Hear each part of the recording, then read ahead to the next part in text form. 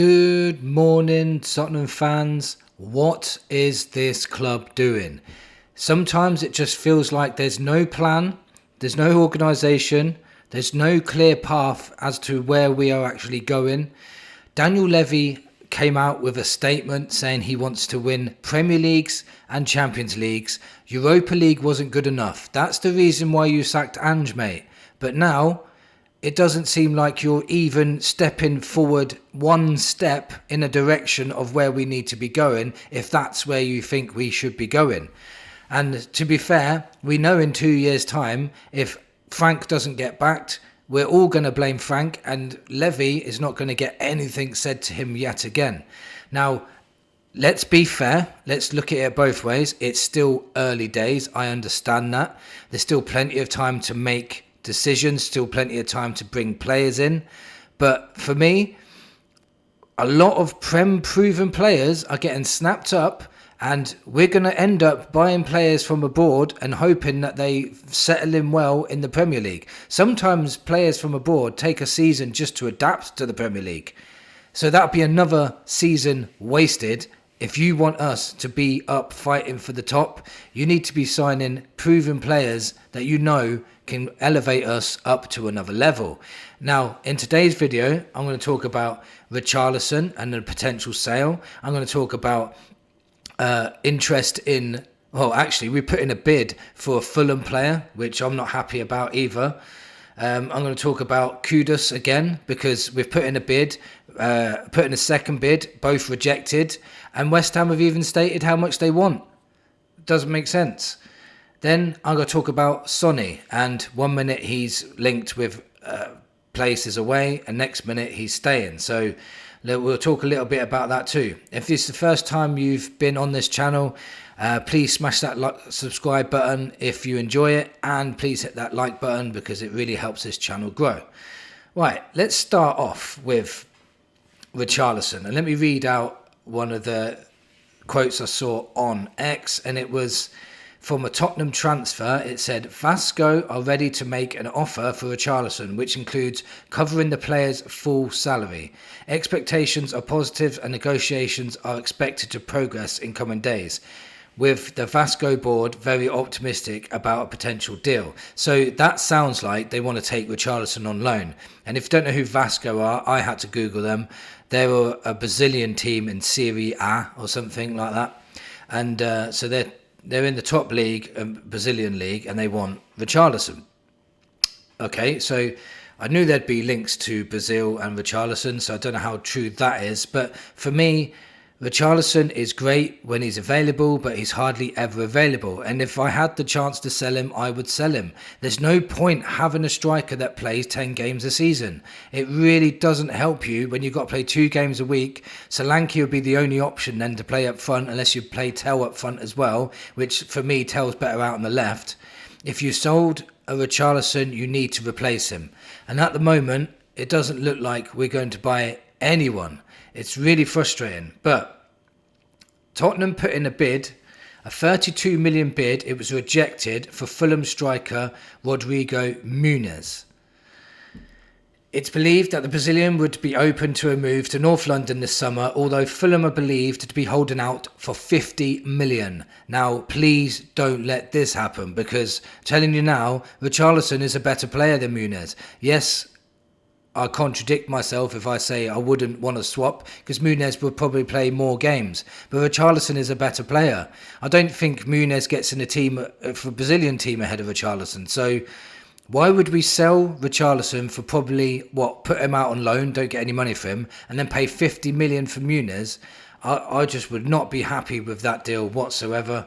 If I was going to sign anybody from Fulham, I would sign Anthony Robinson, the left back. He is absolutely brilliant player in my opinion.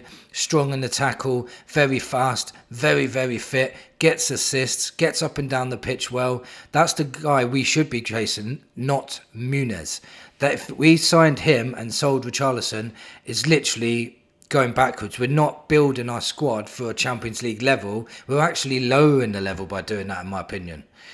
Now, talking about Kudus as well, Now, West Ham United are unimpressed with Tottenham Hotspur's initial proposal for Mohammed Kudus. Spurs offered 50 million plus 5 million in add-ons to be paid over 5 years in early talks. Sources believe that West Ham will potentially do a deal at 60 million. That was from Last Word on Spurs, and their source was Jacob Steinberg, right?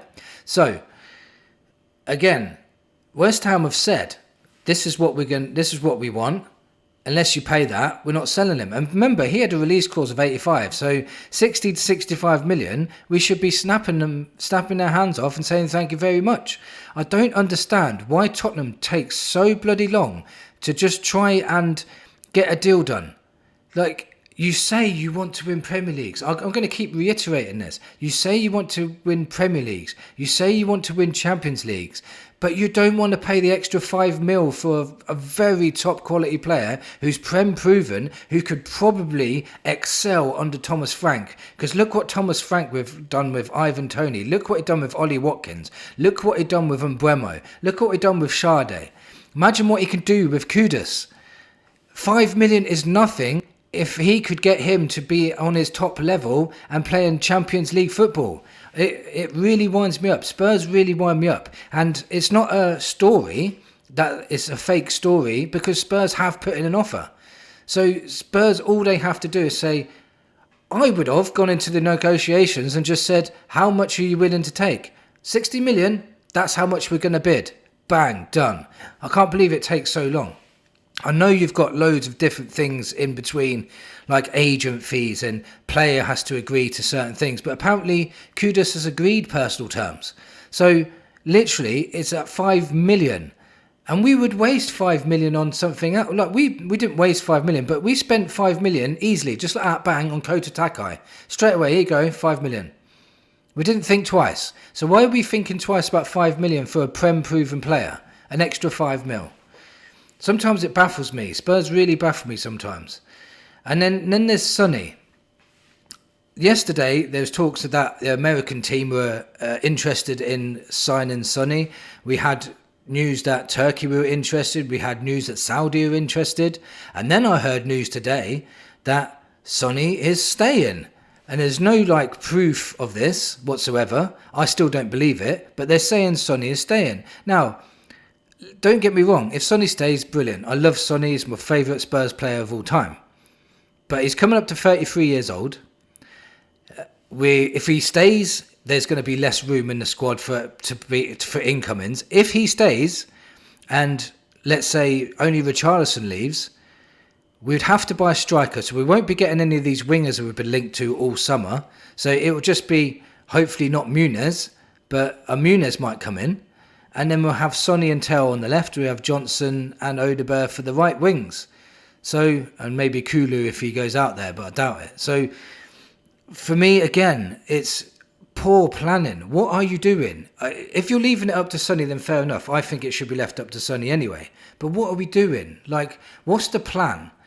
The reason why I get annoyed as well, even more, is when you see Liverpool, when you see City, and you see Chelsea, just going buy, and they just get the players they want. It's like they've got a plan, they knew who they wanted months ago, go in for them and get them. I understand that it's easier for them to attract players. I understand it's easier for them to just get players because they pay more wages. I understand that. But Spurs know all this, and they know what kinds of players that would come to them. So why are they going for players then that don't want to come to Spurs? They must know. You must have done your due diligence on this already. You must have already done this. If you were trying to... there's no proof we were trying to go in for Eze, but there was reports about Eze. He's wants Arsenal. He's always wanted Arsenal from the beginning. So why are we all wasting our time talking about Eze? I did it. I thought, I believed all the news. I'm starting to not believe anything. It's really frustrating. I sound frustrated, but, I know there's plenty of time. Frank's only just... Let's be on the fair side. Let's even this out a little bit. Frank has only just started with the players. He needs to know what he's got before he knows what he needs. But if you think about it, us Spurs fans have known what we've needed for a very long time, especially after all those injuries we got last season. So we need a backup left back, we need a DM, we need a striker, we need a right winger, we need all that. And I seriously doubt we'll get all four. And also, I have to be fair and say, yes, we've brought in Kota Takai, we've brought in Tel, and we've brought in Danso. Danso we already knew about, and I think we already knew about Tel as well, to be honest. I don't think there was much deliberation over that. I think it was just over the fee that was going to pay for him. And Kota Takai, they must have been scouting him for a while, and I think they used data-driven analysis to sign him up too. So we have signed people in. Frank still needs time to know what he's doing with the squad, but we knew this. As soon as we won that Europa League and Ange was sacked, we knew that it was going to take a long time for things to start moving, because it was Frank needs to know what he's doing. He can't just come in and say, I don't want him without seeing them. He'd probably see that as unfair for a start. He's not that type of person. But again, I just want to see a clear path, clear vision. Like, go for a player knowing that we can have him. Like Langer, for example, we know he does things behind closed doors. He's probably got something lined up right now. So that's what worries me even more about Kudus, because we're talking about Kudus a lot, which means it won't be Kudus. It's normally we talk about a player for ages and then we end up getting someone else. Like, do you remember a couple of years ago we were talking about we need to sign Tapsoba. Tapsoba's brilliant. We ended up with Van der Ven we never even heard of. Van der Ven came out of nowhere. And I've just got this funny feeling, if it was we tried to sign Kudus and somebody of the quality of Van der Ven came on into the right wing instead, I'll be more than happy. But we're not going to know until we see them playing, are we? So it's, for me, it feels like poor planning. It probably isn't. I don't know what's going on in the background. I don't know what they're talking about or what their actual plans are. I can only go on media reports. But it just seems like silly things like, if it is true, I'm not saying it's 100% true, but if it is true that West Ham just want 5 million more, then just pay 5 million more. Like, what? I don't get it. Like, I really don't. I get lost for words on how slow Spurs are doing things. And when Spurs do finally kick into gear, teams like Chelsea and Liverpool just steal him off us. Remember Diaz? We thought we got Diaz through the door. Liverpool stole him. You know, we can go far back as we tried to sign Eden Hazard. Chelsea stole him. It's just the same story over and over again. And I've got this funny feeling it's going to be Kudus. We'll probably end up saying, right, here you go, here's 65 mil. And then Chelsea will go, here's 70. And he'll go to Chelsea. And this thing about squad rules as well. We can't sign this many players. We can't sign this many players because we haven't got homegrown. We haven't got club trained, and we've got too many foreigners, blah, blah, blah. Do Chelsea care about that? Because they've got 46 players in their squad at the moment. I think it's 45 or 46.